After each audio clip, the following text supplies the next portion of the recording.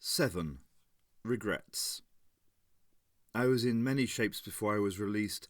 I was a slender, enchanted sword. I was raindrops in the air. I was stars' beam. I was a word in letters. I was a book in origin. I shall cause a field of blood, on it 100 warriors. Long and white are my fingers. Long have I not been a shepherd. I lived as a warrior before I was a man of letters. I wandered, I encircled, I slept in 100 islands, I dwelt in 100 forts. Cad Godot, attributed to Murdin. Ace found herself breathing hard as she trudged along, really out of shape for a corpse. The gardens seemed to go on forever, endless avenues of hedges, many shades of roses. After about half a mile of this, Ace stopped. "This can't go on forever, can it?" she said and looked over her shoulder. The doctor was still following, preoccupied. He was humming to himself. "It can. This dimension could turn out to be infinite." "I meant this. Me getting all moody at you. I hope it won't. But I got you into this. I've just been considering a means of getting you out." Ace sat down on the grass, spreading out her jacket. "There's a way out? Why didn't you say so? Where does it go? And what is this place, anyway? Oh, I don't know, Professor. Give us some answers, eh?" The doctor sat beside her on the jacket, still aware of the distance between them. "Right. The answers to your questions. Yes, because it's something I'd never normally consider doing. To real reality. Another dimension, possibly a fictional one." Ace spent a few seconds working out which answers applied to which questions. Then she nodded, bunching her hands behind her neck. "OK, let's go to step 2. Why didn't you consider it?" The doctor paused, apparently weighing possibilities. "I have an awful feeling that I'm being manipulated. Somebody requires me to make this particular move. At the moment, we're still intact as personae. Taking this route might destroy even that." "I'll take a chance over certain death every time, Professor. You know that. So let's go for it. I haven't finished exploring yet." The words came with a kind of sulky defiance, as if, absurd as they were, they hid some deeper reason, something Ace wasn't allowed to find out. She stood up and shook her head, turning away. "Well, as soon as you're finished, give us a shout," she murmured. A second later, her curiosity got the better of her, and she looked over her shoulder. "What do you mean by real reality, anyway?" "Reality as you know it. Your dimension, as it stands without Timewyrm interference. This place is just as real in some ways. Fictions are real too, in certain forbidden regions of space-time. There are some places even Time Lords won't venture." "But you've been there?" "Yes," the doctor smiled ruefully. "By accident." Ace was starting to feel like she used to, when they'd chat late at night, respected and cared for. The familiarity of the situation was just making the reality of it worse. Now she had forgotten her chemistry teacher's name, the way Iceworld had looked, the amazing colours and sounds of the time storm that had scooped her up. She was very scared, and something inside her, pride maybe, was stopping her from telling the doctor about it. But then there was something he wasn't telling her. She edged back an inch. "You did get me killed, didn't you?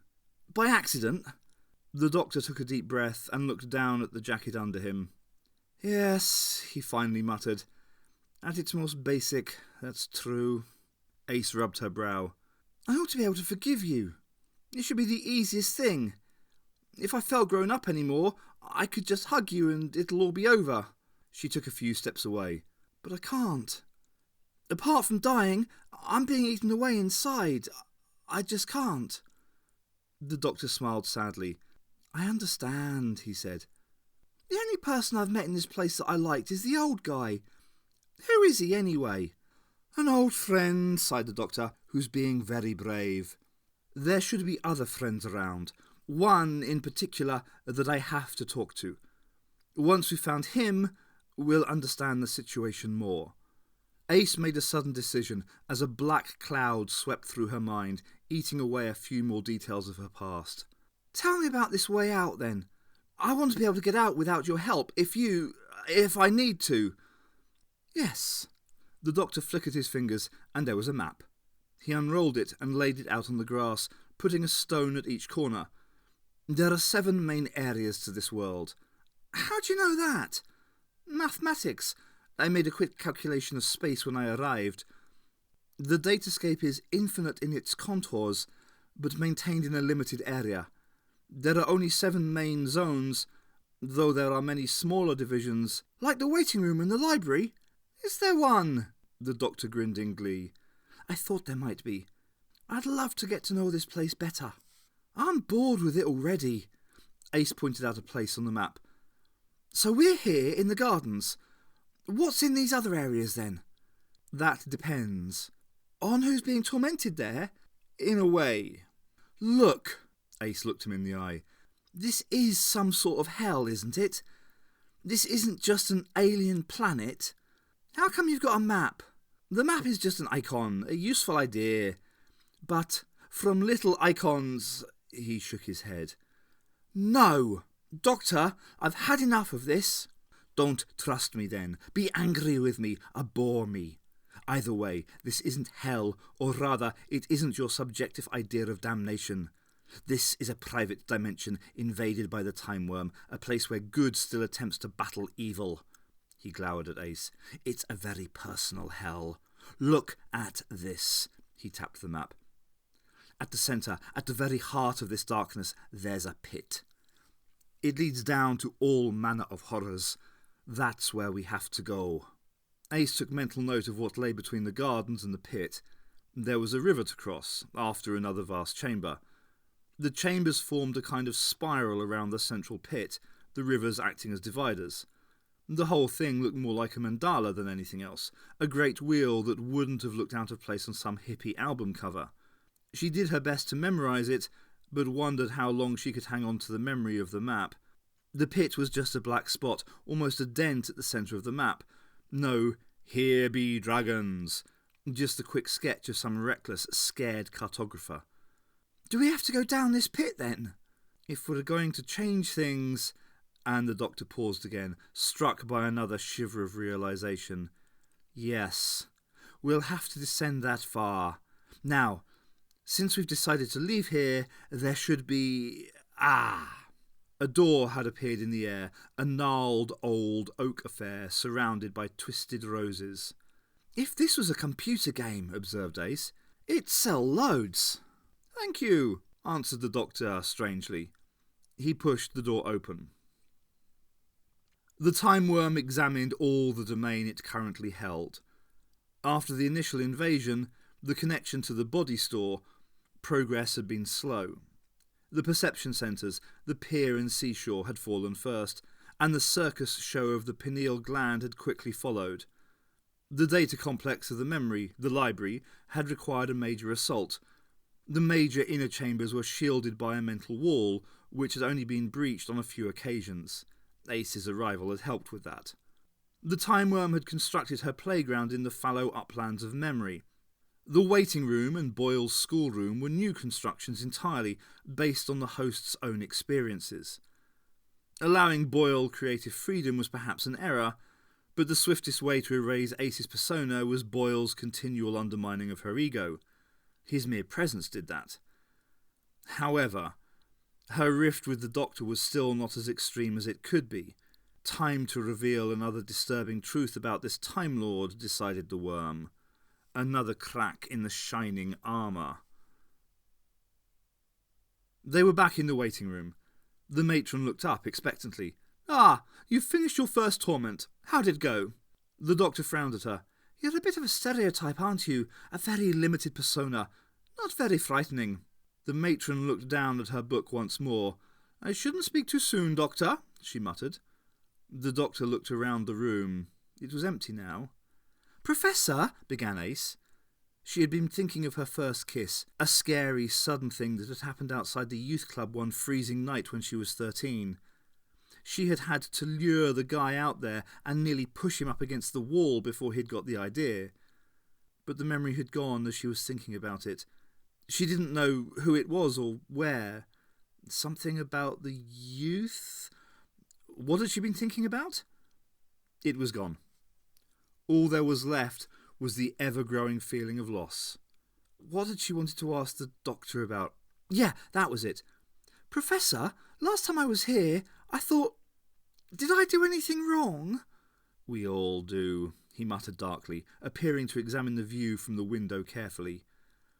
No, I mean that I felt like I'd done something really huge, really terrible, like I'd killed thousands of people. Do you know anything about that? From his reticence, Ace was getting the awful feeling that the doctor knew all about it. Do you know, he began with a hesitation that suggested this was very important. When I used the hand of Omega to destroy Skaro, I wasn't at all sure that I had done the right thing. Shut up! Shouted Ace, putting her hands over her ears. Then, shuddering, she lowered them, realising that she hadn't made that gesture since she was 12. I don't need any sermons, she said more quietly. I got enough of those from my social worker. I just want to know. I was trying to tell you, the doctor began, but from outside the room there came the sound of movement. Some kind of procession was approaching the place.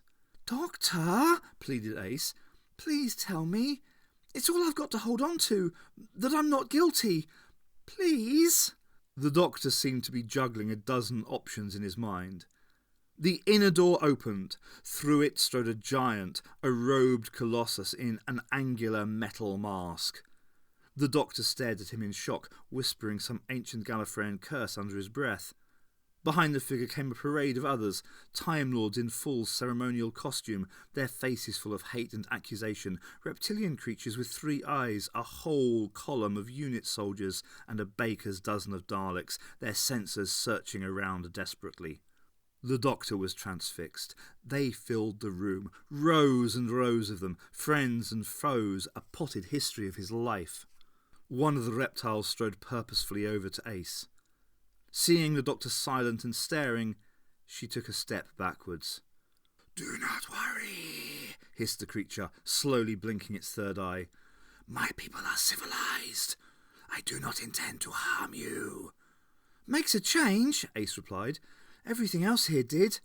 I merely wish to plead with you, to ask you, why do you associate with that creature? The reptile pointed to the doctor. Well, even though Ace had been having doubts about herself, she wasn't going to take that. 'Cause I like him, Three Eyes. What's it to you? He destroyed my people, my egg caches, my whole civilization. Then, when a few survivors had regrouped, he wiped them out also. I don't believe you. Consider what the Doctor has done to you. He is capable of anything once he defines what is good and evil. If you find yourself on the wrong side of that wall, he has no mercy, no compunction.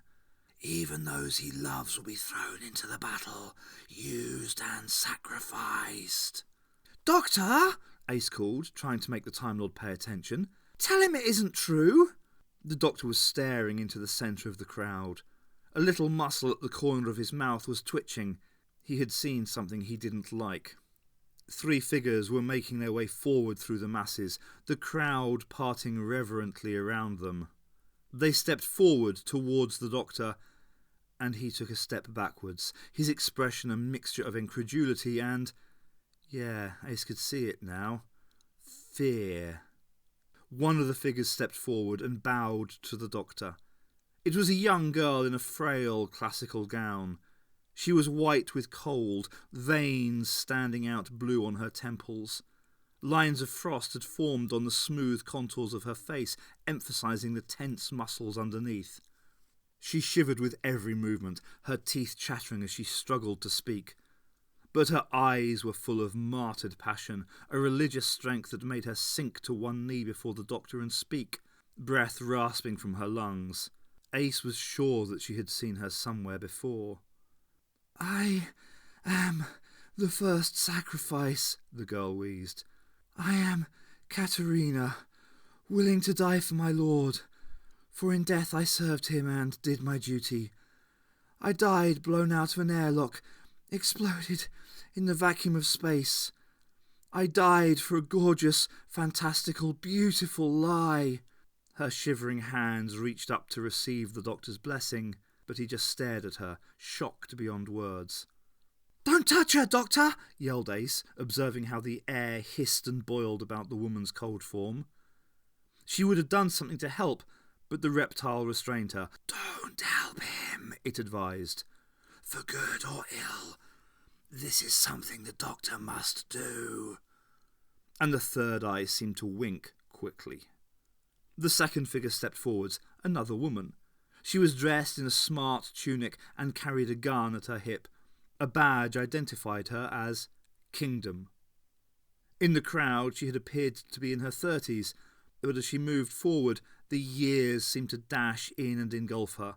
Wrinkles skittered over her face, her hair bleached white and shrank, her spine curved and her step faltered. As she approached the doctor, she looked about to collapse.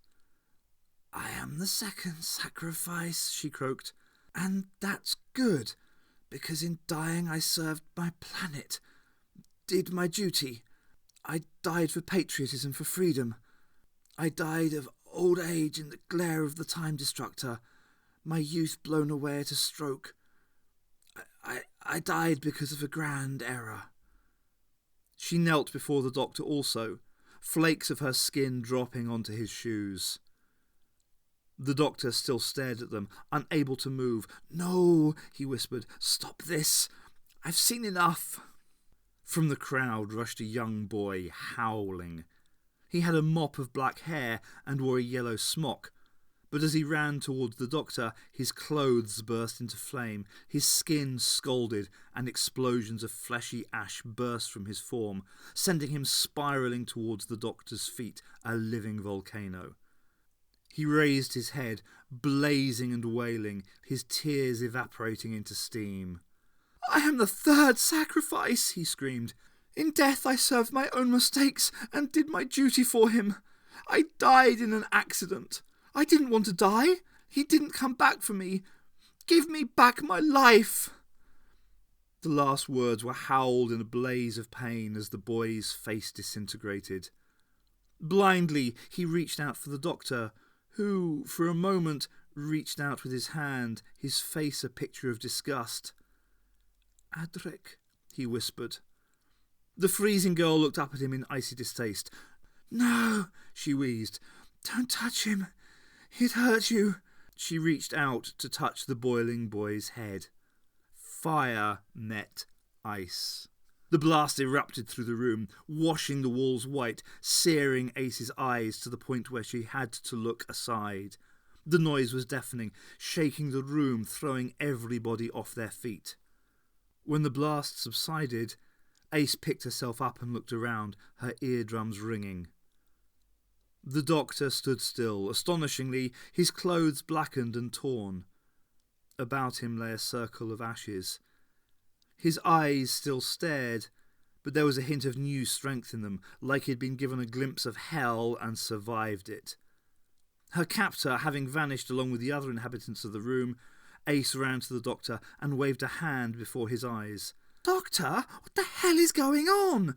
Who were they?" The door opened once more, and in sauntered Boyle. His hands were clasped behind his back, and he was grinning wickedly. Ace glared at him, trying to fight back the slide into childish horror that he inspired. "Leave us alone, toe rag," she shouted. "We're having enough problems." The doctor looked at Boyle coldly, seeming to recover his composure. He took one small, decisive step forward, glaring at the boy. Boyle seemed worried. The rules were being broken again. A grown-up was getting involved. "Don't look at me like that," he shouted. "Don't! I haven't done anything." "Big and small," the doctor muttered. He seemed to be debating with himself, but his words were aimed at Boyle. "You didn't do anything big, not in cosmic terms. But to some of your victims you were the most important thing in the world. A name that made them afraid, a word of power, only one word in a big dictionary. but one that some of them couldn't even bring themselves to say. It's only accident that magnifies your crime like a blood-sucking flea caught under a microscope. But the universe revolves by such accidents. The doctor's strength seemed to leave him, and he slumped into a chair. I have pity for you, he sighed. Boyle and Ace looked at each other. It was like their game had been suddenly disturbed. For a moment, Ace felt more kinship with the little monster before her than with the doctor, far away in his abstract regrets. They were all people that the doctor had killed, you know, grinned Boyle. He's tougher than I thought he was. He's a bully. He isn't. He's a good man, and don't you say he isn't. Don't. Ace was glad that the doctor had fallen into contemplation once more, because she could feel her own adulthood vanishing into the blur of speechless anger that had been hers so long ago. Or you'll what? Or I'll scream. The words shocked her, mainly because she meant them. Oh God, if there was a way out of this nightmare, surely it would be impossible to reach now. With the doctor bewildered and her own mind being sluiced away, hadn't they both fallen as far as they could go? A dark vortex formed about the corners of the ceiling and spun down towards Boyle, roaring until it spun about his head, crushing into his eyes and ears. Ace watched it happen a little distantly. There was no fear anymore, not even surprise. She knew what was happening as the boy shouted. The Timewyrm was reclaiming its host. Boyle's face effortlessly contoured into that of the dragon, the curves of metal replacing those of flesh quickly in this, the Timewyrm's own dimension. Here, it was the mistress of all reality. Welcome to my world, the creature spat, the soft female voice adapting instantly to its new teeth. You can have it, replied Ace, hanging on to what little adulthood she had left. Why don't you just... No, Ace, the doctor whispered from his chair. Let her talk. I'm sure she has something to tell us, don't you, Ishtar? Ishtar is... The Timewyrm paused and gathered up the abstraction of a human soul. Here. You seem tired, Time Lord. Ace almost nodded. The doctor was looking very old. If he could ever be described as weak, now would be the time. Of all the things Ace had seen in this nightmare world, it was this change that scared her the most. I'm too clever to be tired, the doctor murmured. But I'm not too tired to plead. Let Ace go, Ishtar. Your trap worked. You forced me to come here to rescue her. Now you can let her go. No, I have further use for her. Boyle insists on further amusement at her expense. Do you expect me to talk? To tell you my secrets? No, my dear doctor. I expect you to die. I expect you to be consumed by the ebb and flow of this dimension, your ego splintered on some jutting rock of truth. That's why you introduced me to the albatrosses, I take it.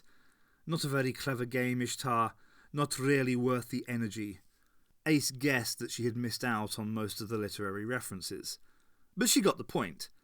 There wasn't much to be gained by destroying them slowly, and unless the Timewyrm was as much of a sadist as Boyle, then the creature must, eventually, have something else in mind. You can't understand me, Doctor. I imitate the action of the tiger. Burning bright, fearful symmetry indeed. Blake would have understood you instantly. You're trapped between your own aspirations and a base need to stay alive. You're like one of the songs of experience, dangerous, intelligent. He smiled secretly, but not as subtle as innocence. I believe you are trying to make me show my hand. That is why you insist that I am Ishtar, because you could not play such games with my true self. I'm really here to talk to Ace. Nothing to talk to you about, Ace sulked. The Timewyrm turned its attention to her. I've shown you the fate of some of the Doctor's former companions. These are just a few of those who have been sacrificed in his name. The doctor raised his head slightly, using his remaining strength to deny the accusation. They gave their lives for their own peoples, for better futures. Incorrect! I have been there, Doctor. I stood by as Adric attempted to control the descending freighter. He didn't anticipate martyrdom at all. He was doing his best to avoid it. You and I know that his death was obvious, that his destiny was to aid in the extinction of the dinosaurs, not even cause it. The arrival of the moon in Earth orbit did that. You must have known. I didn't. Not then. I was younger. And wasn't Katerina's sacrifice a little uninformed? She believed so utterly in her faith that you were a god that she performed a literal martyrdom. She thought that you were her ticket to paradise. I regret nothing. I watched as you punished your companion over the matter of Gabriel Chase, used her in the most outrageous manner to contain the manifestation of Fenric. "That's my business, creep," began Ace. "You had no right." "You know the geography of this world," the Timewyrm declared. "You know there's a way out." There was an evil smile in the soft voice. "Why are you giving us hope?" growled the doctor. "Get it over with. Destroy us now." "I desire your despair, Doctor. Despair is not possible without hope. Come with me and see some despair now." Ace gulped back a yell as they vanished once more. Peter was sketching the rhythm that Saul had been humming. A musician would have written it in notes. Anyone else might have resorted to dots and dashes. But Peter was a mathematician, and he wanted to see the shape of what he was hearing. The Living Church, made aware of the sound, had reported that it had stopped a few minutes ago. Now it had resumed, loud and clear, and Saul had turned up the volume. Words fluctuated in and out of the beat, rising and then falling to silence. "I've got the rhythm, and it reminds me of something. It's not regular. It's on the tip of my brain. Can't make out the lyric, though." Peter sucked the tip of his pencil. "It reminds me of epic poetry a bit." Emily was sitting with an arm around her husband's shoulders. "It has certain similarities with the books of the Mabinogi. It sounds like an oral tradition that's been written down. But it also includes the snatches, I've heard anyway, fragments of an individual imagery that are Blakean, almost revelatory. I've never heard anything like it." Trelaw gazed at the couple, engrossed in their work. The earthlight still blazed through the windows of St. Christopher's, and hard radiation baked down on the stonework. What a predicament they were all in! And the earth, the poor village! How strong the couple must be to have witnessed such infernal miracles and yet maintain their sanity. Perhaps they were throwing themselves into the puzzle in order to avoid contemplating their surroundings. "Indeed," agreed Saul silently. "But I am also bathing the church in low-power alpha waves in the psionic range. They should soften the more jagged edges of the experience." "Not very ethical, is it?" answered Emily, still concentrating on the notepad. Then she looked up, brushing aside a lock of hair. "Oh, I did it again, didn't I?" "Yes," Saul sighed. "You are one of the very few humans who can hear me psychically. You are very special." "I always thought so," grinned Peter, ruffling his wife's hair. But Emily was enthralled, remembering the past. "Peter, you know when you used to pop around to my flat in the evenings, when we'd make soft toys and drink cocoa?" "I do indeed, amongst other things." "Listen, you fool. I always used to know that you were coming along the road. I was always waiting at the door. I just thought I had a noisy bicycle." "I always knew." Emily stood up and shivered. "You know, sometimes I feel that there are things watching me. It's like that line in Candleford. I'm loved by things I do not see." Peter stood with her, biting his lip. "In the circumstances, maybe we should try to think more of my foolishness and less of your intuition." No, I'm fine. I've been so blind. Do you remember that party in Bath, at Miles's flat? The one where Stephen took off his tie and wore it like a headband? Yes, but I don't see." That colleague of yours, Lane or whatever his name was, he was being his usual wild self, dancing like a madman. He grabbed me and whisked me off towards the balcony." Emily was staring into space, remembering the atmosphere, all incense and autumn leaves. "And I managed to stop us just before we stood on the thing. I told him that I wasn't going to get myself killed because I had important things to do. I looked up. There was a big full moon rising over the city, and at that very moment the brackets gave way, rusted through. The whole thing crashed to the ground, pot plants and all." "I remember a chap saying at the time that there was no such thing as coincidence." Peter nodded and smiled. "The big lad with the curly hair, the one who thought it was a costume party. I was just grateful that I hadn't lost you." "Saul," Emily glanced up at the rafters, "stop singing the rhythm audibly." The church obliged. "Yes," Emily murmured, moving her finger like it was a conductor's baton. "I can still hear it. I've got it now. Such beautiful words. What a revelation they must have been. They almost transcend language. They hint that what the author saw went far beyond his ability to express it." Emily began to dance with some invisible partner, perhaps the one that had looked after her throughout her life. Peter sat down again and watched. If he hadn't been so worried, he would have confessed to being slightly jealous. It hadn't been what he had expected. Hemmings smiled. Well, that was probably what everybody said. The demons had grabbed him, certainly, and had hauled him through that strange waiting room. But on the other side of the door they had let him go, dusted him down, apologised. All that, they said, was for effort, to disturb the doctor's companion, who he had glimpsed staring at him in his frantic struggles. Hemmings was, the demons suggested, the best beloved of hell, the raw material for a minor infernal duke. He was to be given some power in this world, as befitted his place in the previous life. Initially, Hemmings had rebelled at the thought. Some ridiculous part of him, something that the Jewish charlatan Freud would have doubtless pounced on, had expected, had wanted endless suffering. That was what half of him had thought. The other half had been anticipating Valhalla, the happy hunting ground where he would enjoy Rabelaisian pleasures with fellow warriors. To get neither was an unfortunate sort of symmetry. The demons had indicated the vast empty whiteness before him. This was tabula rasa, they said, the raw material of ordered matter. The chamber was without limit. Here, Hemmings could use the mere power of naming to create his own world, his utopia. There were foundations left behind by the previous inhabitant who had been evicted. These should present no problems, and perhaps would even serve as useful guidelines. The previous inhabitant was vaguely akin to the Nazi. Hemmings looked on the void and decided that it was good. The demons bowed and left. Initially he was suspicious. The devil, his mother had told him, was full of tricks, but she had also said that he had all the best tunes, and that had been proved wrong when the banners and loud marches of National Socialism had led her son into joining the party. Her religion was important to her, as she had told her son many times, allowing the infant to toy with her rosary beads.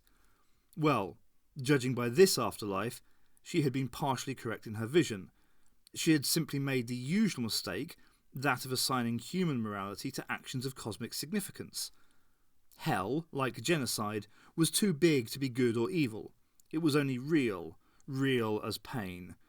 And little Rupert Hemmings was a master of pain. He tried a line, raising his hand in a proud salute and lowering it, licking his lips. A line dutifully appeared, the rough blackness of a child's charcoal. Blinking in amazement, he waved his hand slightly, and a wave of colour washed across the whiteness. In that sweep of colour stood a soldier, dressed in a light uniform of a kind that Hemmings didn't recognise. "Corporal Blank, sir, reporting for duty." The soldier saluted across his brow. Hemmings frowned. "Change your uniform, Corporal." He paused for a moment. "Elliot. And when you salute a superior officer, do it properly, eh?" His uniform changed into a powerful black ensemble. Elliot's arm snapped out in a proper salute. "Good," Hemmings muttered, striding forward. Sweeps of his arm revealed more and more given territory, and with Elliot trotting behind, he began to explore the place. "Who used to live here?" he asked. "He was a bit of a hippie, sir. Kept a whole platoon of the lads around, just so as he could argue with us.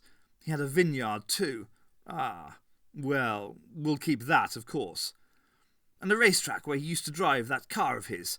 That's his house over there, sir." The last sweep of Hemmings's arm had revealed a simple hut adorned with hangings that the Nazi recognised as containing symbols of the Dharma body of the Buddha. A low hedge surrounded the structure. "What happened to him?" asked Hemmings. "What did those in charge here have done with him?" "He was collaborating with the enemy, sir. He's been taken prisoner and awaits your inspection." Hemmings nodded. "Well, we'll get to him later.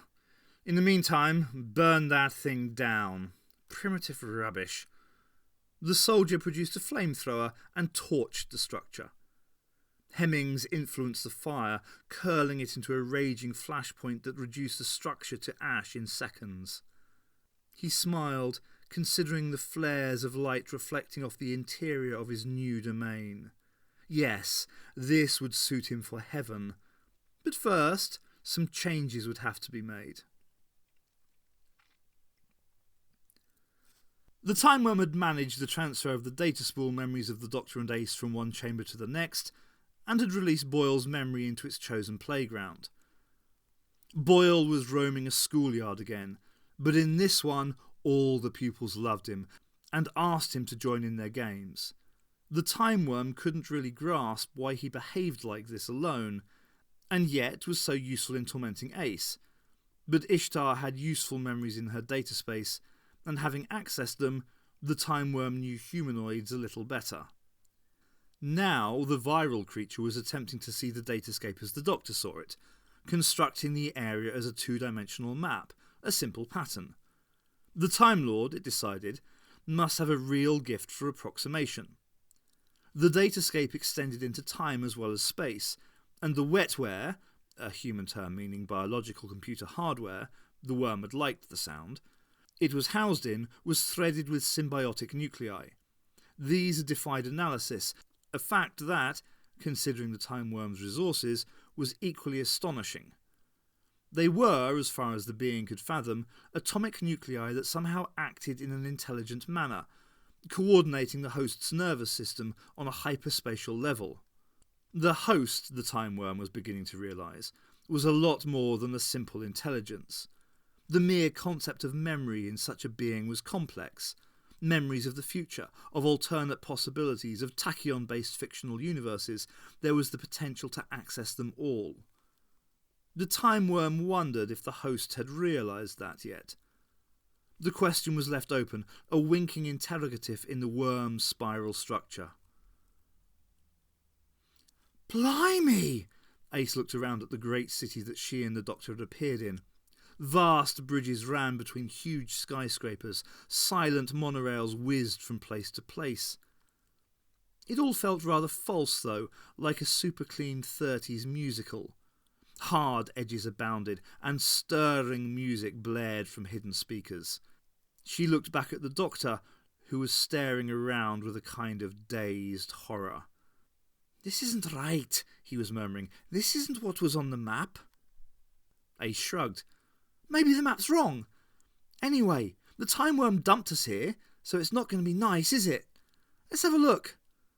She set off, then glanced back to see that the Doctor was still rooted to the spot. "Well, Professor, come on." But the Doctor had noticed something else. Across the face of one of the buildings, an enormous banner was draped. A swastika. Ace had trotted back to see what had so concerned the Time Lord. "Oh no! More Nazis! I hate Nazis." "So do I." The Doctor glanced up at the banner. "Especially here. This is an important place. It shouldn't be decorated like this." "Are you sure you've never been here before?" "I'm sure, but I know it well, and I have friends here. One lived here. I wonder what's happened to him." Hemmings stood in front of his desk, putting the finishing touches to his headquarters. He had taken off his spacesuit and replaced it with a uniform of his own creation. Those who had criticised the goals of National Socialism, he imagined, would have thought that he would have fashioned an ornate, overblown version of his guard's costume, covered in braid and unearned medals. But no, the only difference was the rank. Still lieutenant, since he had not proved that he was worthy of anything higher in the mundane world. This did mean that all his soldiers had to be lower ranks, but since they were mere instruments of his will, a higher command structure wasn't necessary as yet. Hemmings liked uniforms, liked the way they stripped humanity of all its pretensions. A familiar face in a uniform was that individual revealed, filled with the power of mutuality, special in conformity, free in expressing the common purpose of the whole. That whole was absolutely realised now also. The city was humming with life, the citizens going about their business wherever Hemmings's grand intelligence looked. He suspected sometimes that they ceased to live when his glance moved on, but that was only to be expected in these initial stages. Perhaps soon he would give them individual consciousness, give birth to a whole civilization based on the Nazi ideal without having to go through any of the trying business of political establishment. The populace would be delighted, would elect him as their leader. In such a perfect community, there would be no dissent. Or, if there was, it would be swiftly stamped out. Then, after a while, perhaps this little dukedom of Valhalla would challenge some other region, take over some of the other territories, until the system would be established everywhere. What a cosmic contest that would be. And he hadn't even interrogated the prisoner yet. There was a lot to look forward to. He'd always wanted this chance. Complete knowledge of the world, the power to change it, the will to make it better. What he really needed now, he decided, was a companion, someone to remind him of the simpler things, someone he could nurture in his own image. An orderly knocked, then dashed in with a sheaf of paper. Hemmings made a mental note to make sure that in future the proper procedures were adhered to. He shouldn't have just made the orderly enter, but should have gone through the whole business of having him knock and calling to let the man in. At least he had had this news delivered by memo, one of thousands he was compiling on the size, growth rate and population of this anonymous city, which he would leave the citizens free to name. He knew what the news was going to be. This was his kingdom after all. The doctor and Ace had arrived and were being monitored. "Well," smiled Hemmings, rubbing his hands together, "let's let them in and arrange a surprise." A party of guards had spotted Ace and the doctor and had opened fire on them. "Come on!" yelled Ace, pulling the doctor round the corner of a building. He seemed to be unwilling, almost wanting to be caught in the hail of gunfire that tore up the pavement. They crouched, breathing hard. This was a house-proud city, Ace reflected. No rubbish to hide in. Bet the monorails ran on time too. She looked up. The doctor was attempting to pick the lock on a door that was set into the wall they were hiding behind. He succeeded and tottered inside. Ace followed, glancing back to see that the soldiers weren't actually running towards them, but had vanished. Yeah, another trap. Shrugging, she went inside. The door led into a corridor, scrubbed white and smelling of antiseptic. Ace figured that this must be some kind of otherworldly hospital, maybe the place that forlorn hopes went to die. The doctor walked ahead, still without any of his old authority. That worried Ace greatly, almost as if it was something that had been done to herself.